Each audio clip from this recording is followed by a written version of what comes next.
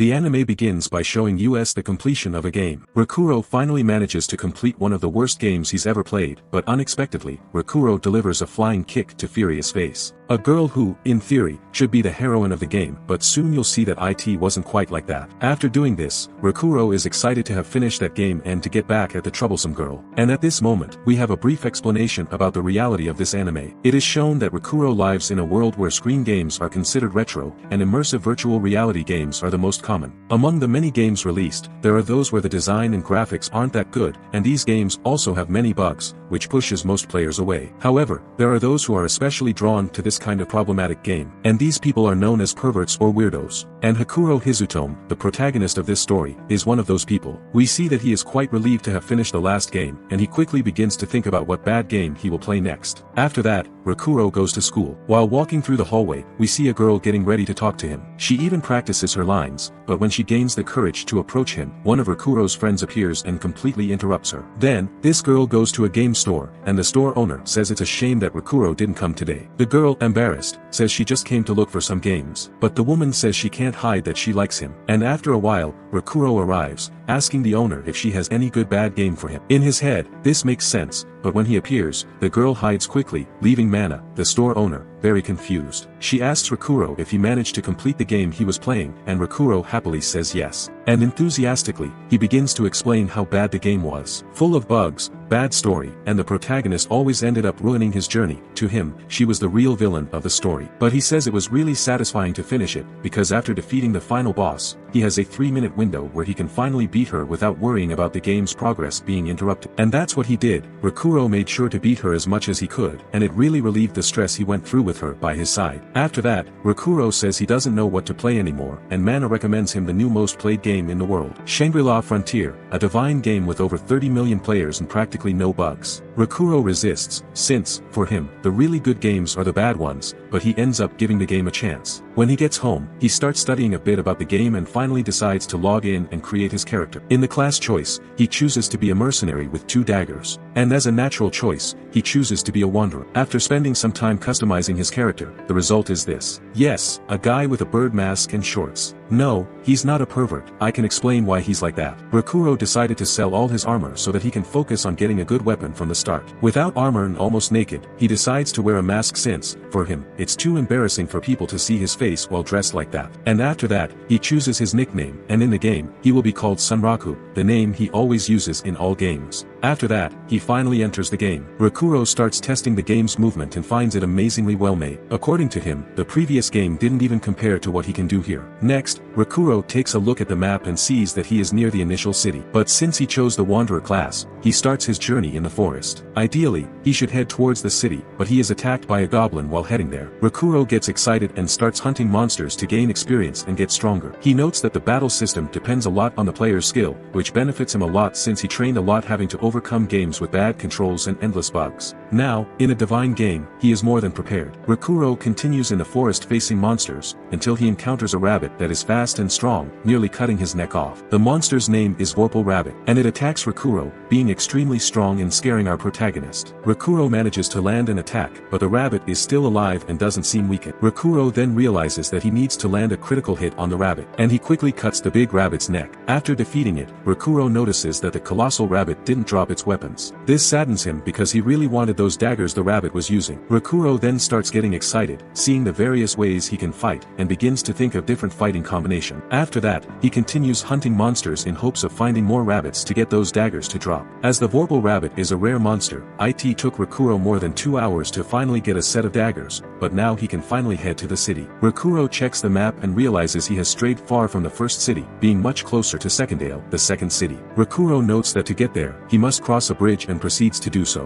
What he doesn't know is that when he reaches the bridge, he will encounter a huge snake. Rakuro then realizes that this will be the first boss he should defeat. The problem is that Rakuro has no armor, and he hasn't even passed through the first city to gather resources and people to form a group, as that snake is usually defeated by a group of players. But Rakuro has no idea about this and decides to face the snake alone. Rakuro prepares himself and attacks it enthusiastically, but before he starts attacking, the anime shows us a strange person with armor that seems to be strong in the first city. This person is Rei, the girl who likes him. She is looking for him so that she can help him and perhaps finally get closer to the eccentric boy. Unfortunately for her, he is already heading to the second city. Well, back to the gigantic snake, and Rakuro attacks it. He seems to be having a lot of fun. Rakuro dodges its attacks and realizes the snake is really strong. At some point, he manages to land a hit on it, but contrary to what he thought, it doesn't deal any damage. On the contrary, his initial daggers are destroyed in this attack. Rakuro is forced to use the Vorpal Rabbit's dagger, and when he was about to land another blow on the snake, it catches him off guard. The snake spits venom on him, and being poisoned, he suffers 1 damage every 10 seconds. Rakuro has 30 HP, so he has just under 5 minutes to defeat the snake and find a checkpoint to save his progress. But he doesn't lose hope. He says that the bad games he played are much harder than this and immediately attacks the snake. While fighting, Rakuro realizes that it's not easy to hit its head, which is probably its weak point. So he decides to deliver repeated attacks in one spot to create a weak point. But even that doesn't work. It throws him up and grabs him with its mouth. Rakuro's end seems certain at this point. However, he manages to prevent being swallowed and jumps out of the snake's mouth. Then, he lands a hit on its head and grabs onto the snake's hair. Yes, the snake has hair. At this moment, he uses an ability called Screw Pierce and hits the snake's eye, finally defeating it. After eliminating it, he is very happy and starts to look at the drops and stats he received. But he realizes it's not the time for that, as his life is quickly descending, leaving him with only 9 HP. Rakuro quickly allocates all his points into stamina so that he can run to the city, and he does. At the city gate, we see a girl and a boy. We see that he is teaching her how to start in the game. While they were talking, the girl spots Rakuro coming really fast, and based on his mask, she imagines him to be a monster and prepares to attack him. But her friend stops her since he has a name above his head, indicating he is a player. If she attacks him, she will become PK, and a skull will appear in front of her name, which is very bad. The guy assumes that Rakuro is poisoned by the snake, as this often happened early in the game, and quickly guides him on how to get to the inn, where Rakuro can save his game before dying. Rakuro arrives there, and the receptionist takes forever to explain how it works. Desperate, Rakuro tells her to shut up and just give him any available room, which she does. With only 1 HP left, Rakuro finally manages to save his game and immediately dies. Next, he continues exploring the city. He needs a map, some healing items, and new equipment because walking around the city that way is kind of embarrassing. Everyone is staring and commenting about him. Rakuro quickly buys a blade-proof armor and is happy with it since now they won't see him as a pervert. Then, he goes to a weapon shop to try to sell the goblin axe he picked up, but unfortunately, it's worthless, and it would be better to throw it away. Rakuro asks to see the weapons the shopkeeper has, but none are as good as the Vorpal Rabbit daggers he has. The shop owner says of course, as those daggers are very rare, and if he wants something better, he should make it himself. The blacksmith says that if he gathers the materials, he can make stronger weapons for him. Rakuro is excited about the idea and quickly goes to the difficulty swamp to get the necessary materials by mining the rocks. Rakuro mines a lot and realizes that he can only find common stones. The ore he needs is rare, so he will spend a lot of time there. After about 30 minutes, Rakuro has only managed to get 2 ores and becomes frustrated. In addition, the swamp mud slows down his movement significantly, and it's becoming annoying. He continues mining until a frog appears and jumps near him, splattering him with mud and completely exhausting Rakuro's patience. He gets really angry and starts beating the poor frog until it retreats. He notices that upon killing it, the creature dropped its skin, which is the same material from which Rakuro's armor is made. Rakuro realizes that there are new players nearby and decides to focus on mining before the place gets crowded. After a few hours, he returns to the blacksmith, and the blacksmith is surprised by the amount of ore Rakuro has obtained. The blacksmith then shows the weapon he can craft with that. Rakuro gets really excited, as the weapon looks cool and seems to be quite powerful. While the blacksmith crafts the weapon, Rakuro takes a look at other shops and buys some items. Eventually, he returns to the blacksmith, and his daggers are ready. He is very happy with them, as their durability is much higher than weapons dropped by monsters. The blacksmith also mentions that he can craft better weapons if he obtains new materials, and he can also upgrade his weapons with the blacksmith. The blacksmith also warns him not to leave the city now with those clothes, and Rakuro asks why. The blacksmith explains that it's already dark, and night monsters are very dangerous and aggressive. But as expected, Rakuro doesn't listen, and he quickly goes out to test his new weapons. Meanwhile, the girl is looking for him, heading towards the second city, and remember that snake that almost killed Rakuro? Well, with just 1 attack, she defeated it. Here, we see that she is extremely strong. Back to Rakuro, he is battling against a night goblin. However, this night goblin is much stronger than the first one he faced. It is resilient and learns to deal with Rakuro's attacks, making it difficult to be defeated. They fight for quite a while until the goblin calls many others to attack Rakuro, which surprises him, as this ability is usually used by weaker monsters. Now, Rakuro is surrounded by hat-wearing goblins and finds himself in a complicated situation. situation. He decides to advance and attack them all, but when he's about to strike, a large amount of power appears and defeats all the goblins. The author of this is a giant wolf, now targeting Rakuro. It is a unique monster called Lycaon, the Night Assailant. It appears to be extremely strong, and it doesn't make sense to appear to a newbie like Rakuro. After this, we go to the servers where the game is hosted, and we see that this is the first unique monster to appear, and no one has ever spotted it before. Will Rakuro be able to defeat it? Well, we'll find out in the next episode.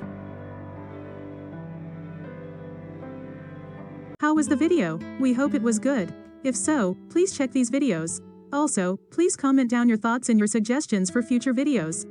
If you haven't already, please consider subscribing now to show the support to our channel. We hope to see you soon with another video right in this channel. Have a nice day.